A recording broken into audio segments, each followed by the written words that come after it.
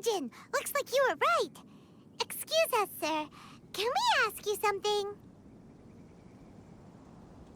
Huh. He didn't seem to catch that. Hello, sir. We were just passing by and wanted to ask if you happen to know anything about Subrosium.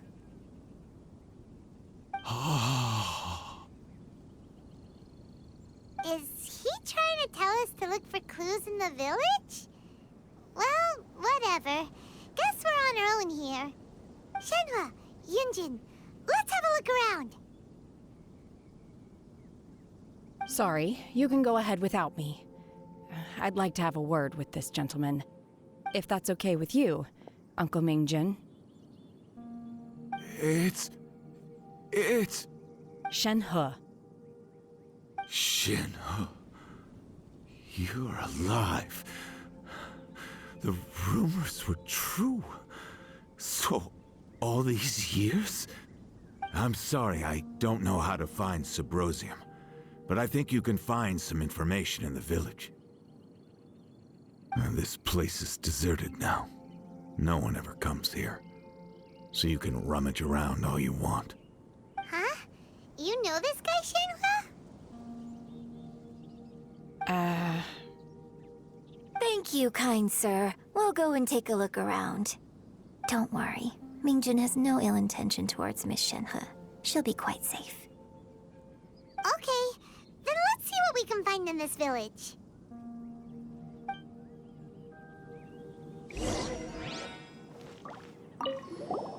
I came back here once before, a few years ago. Alone. I hid it from Master at the time. It was deserted then, too, except for a few low-life bandits. Everyone and everything I remembered was long gone. But as people were passing by, they stopped to admire me. They praised me, telling me I gave off the aura of an Adeptus. I tried explaining to them that I wasn't an Adeptus, just an ordinary person who came from this village. But no one believed me. When I saw how run down all these houses were, I felt at a loss. It was like I took a look at the world, and on the surface, it looked like a vast realm with so many places I could go. Then I looked a little closer, and there was nowhere for me to go at all. Suddenly, so much time has gone by. Everything has changed. Last time I visited, I felt so upset. But today, I don't know why, but it feels different. It is easy for your mind to run wild when you are alone. But this time, you are with your friends, aren't you? Yes, my friends.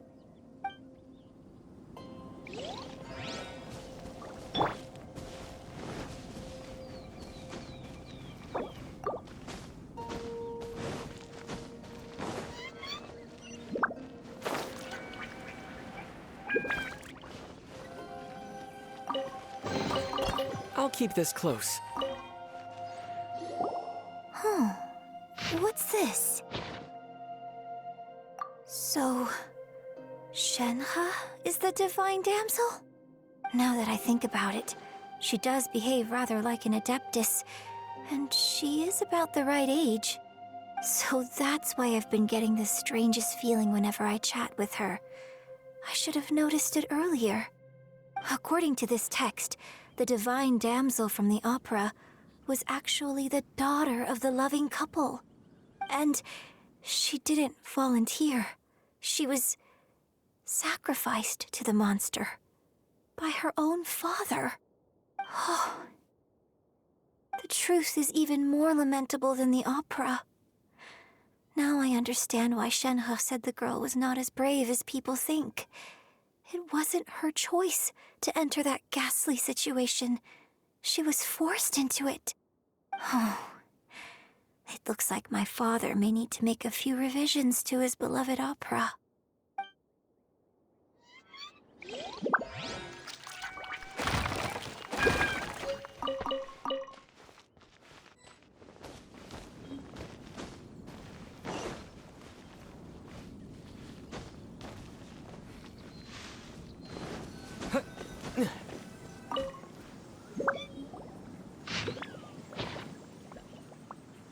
So it seems that Shenhe's father thought he was summoning a benevolent deity using a magic incantation. But in fact, he summoned an evil god's remains, which took the form of a monster. His obsessive yearning for his deceased wife led to a terrible tragedy. The villagers moved away in fear, without ever learning the truth. And now, this place is deserted. Still, I do wonder what the connection is between Shenhe and Mingjun. We've looked everywhere, but still no mention of Sabrosium. Let's have a look over there.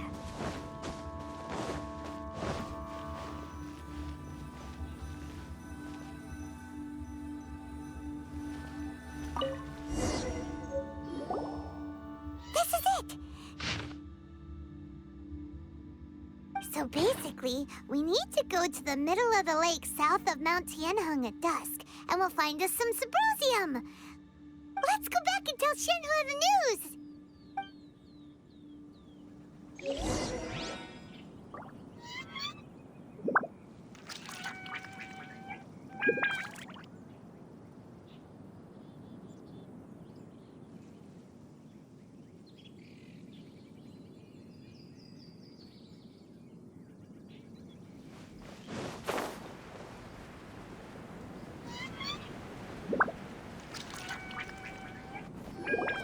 One year when I was back visiting, I heard a story about a white-haired adeptess from a merchant passing by. I never imagined it was you. I was a very close friend of your father's. I could have stopped him from performing the summoning ritual. I had plenty of chances, but I couldn't bring myself to stand up to him. I just let things happen, let it all escalate. Well, we all know how that story ended. I bring flowers back here every year. And each time I wish I had a chance to apologize to you.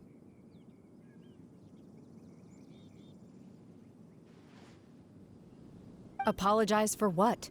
If you'd stopped him, he'd only have found another way.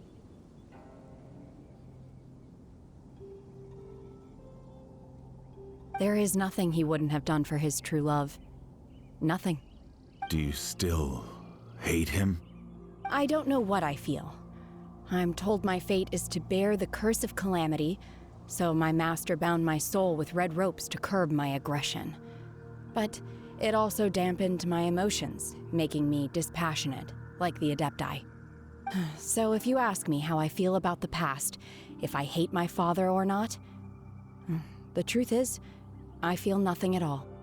It must have been so tough for you all these years. Shenhua, we're back! Oh, then I will leave you all in peace. Shenhe, it brings me some solace knowing that you are okay. I'll tell you more about the old times next time we meet. Thanks, mister. We found some info in the end.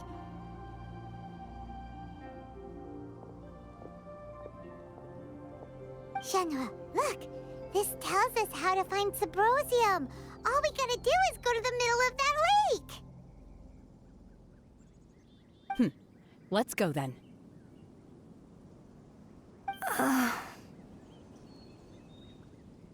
Miss Shenhe, there's something I'd like to talk to you about. Just now, in the village, we found your father's diary. It turns out that many of the details in the Divine Damsel of Devastation are not true to the facts. So I'd like to change them. Why? I know I say that opera always deviates from the truth, but now that the main character is standing right here in front of me, I cannot simply dismiss your lived experience in favor of my father's fiction. It's okay. I like your version.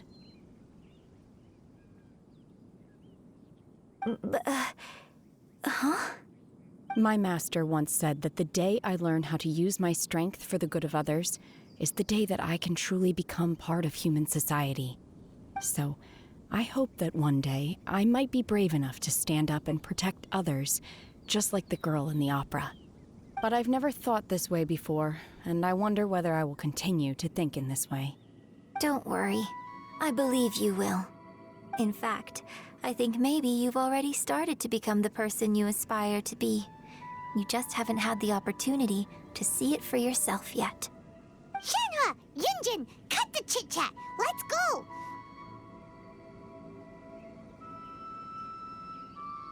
We can't let someone else beat us to it!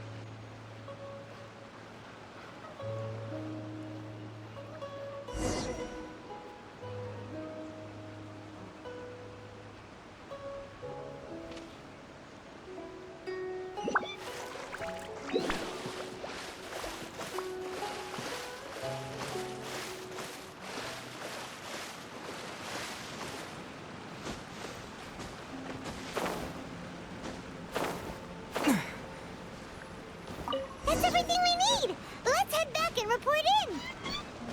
Paimon's curious if Beto's made any progress.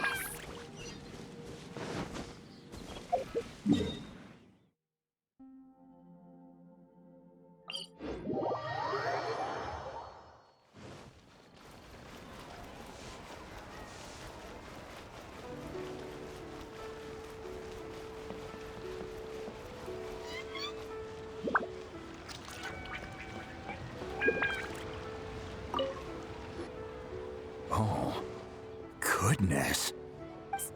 So, are they okay? This is some top quality ore you found. I think I'll get a good end product out of these. Guess now it's my time to shine. Hey everyone, how's the A-team doing? I ran into a bit of a brick wall on my end. Suling's never seen a Wonder Core before, and says it'd take a lot of research for him to get up to speed. Leave the Wonder Cores to me. I'll work on them while you go about your business. Don't worry. It won't take me too long. Much obliged, Master Zhang. We should look into the Adepti sigils next, but where should we find items relating to the Adepti? I'll sort that out. Oh? You got this then? Yes. I have been training with the Adepti for years. I know a thing or two about making sigils. When we first met, I told you I came for the Jade Chamber, not the contest. In fact, I came specifically to deliver Adepti sigils. Master heard that Ningguang was planning to rebuild the Jade Chamber, so she sent me to deliver some Adepti sigils to her. Master also said she hoped that I can take this opportunity to rejoin human society. But now that I'm here, I wonder if I've been removed from the world for too long. There's so much basic knowledge that I lack. Maybe it won't work for me to stay here after all. But either way, I'm very glad to have met you. And I'll take care of those Adepti sigils. Without knowing the ins and outs of your situation, I can't say whether you should stay or not. But now that our paths have crossed, we'll always have a connection. So if you're ever feeling down, come find me on my ship. There'll be a drink waiting for you. Thank you. So, Master Zhang, I'll need to use your facilities to make the sigils. Fine by me. I'm actually curious to see how the Adepti arts work. Maybe I'll learn something.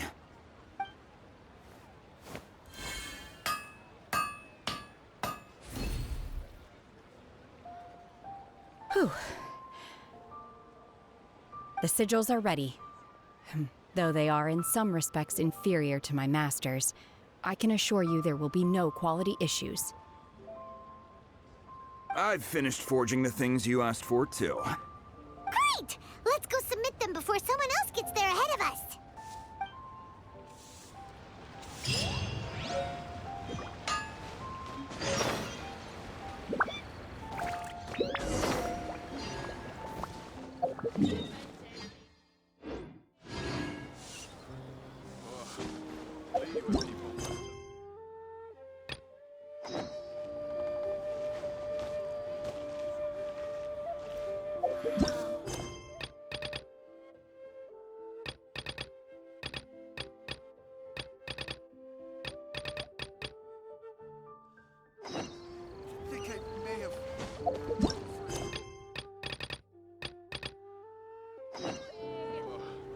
People must have iron stomachs.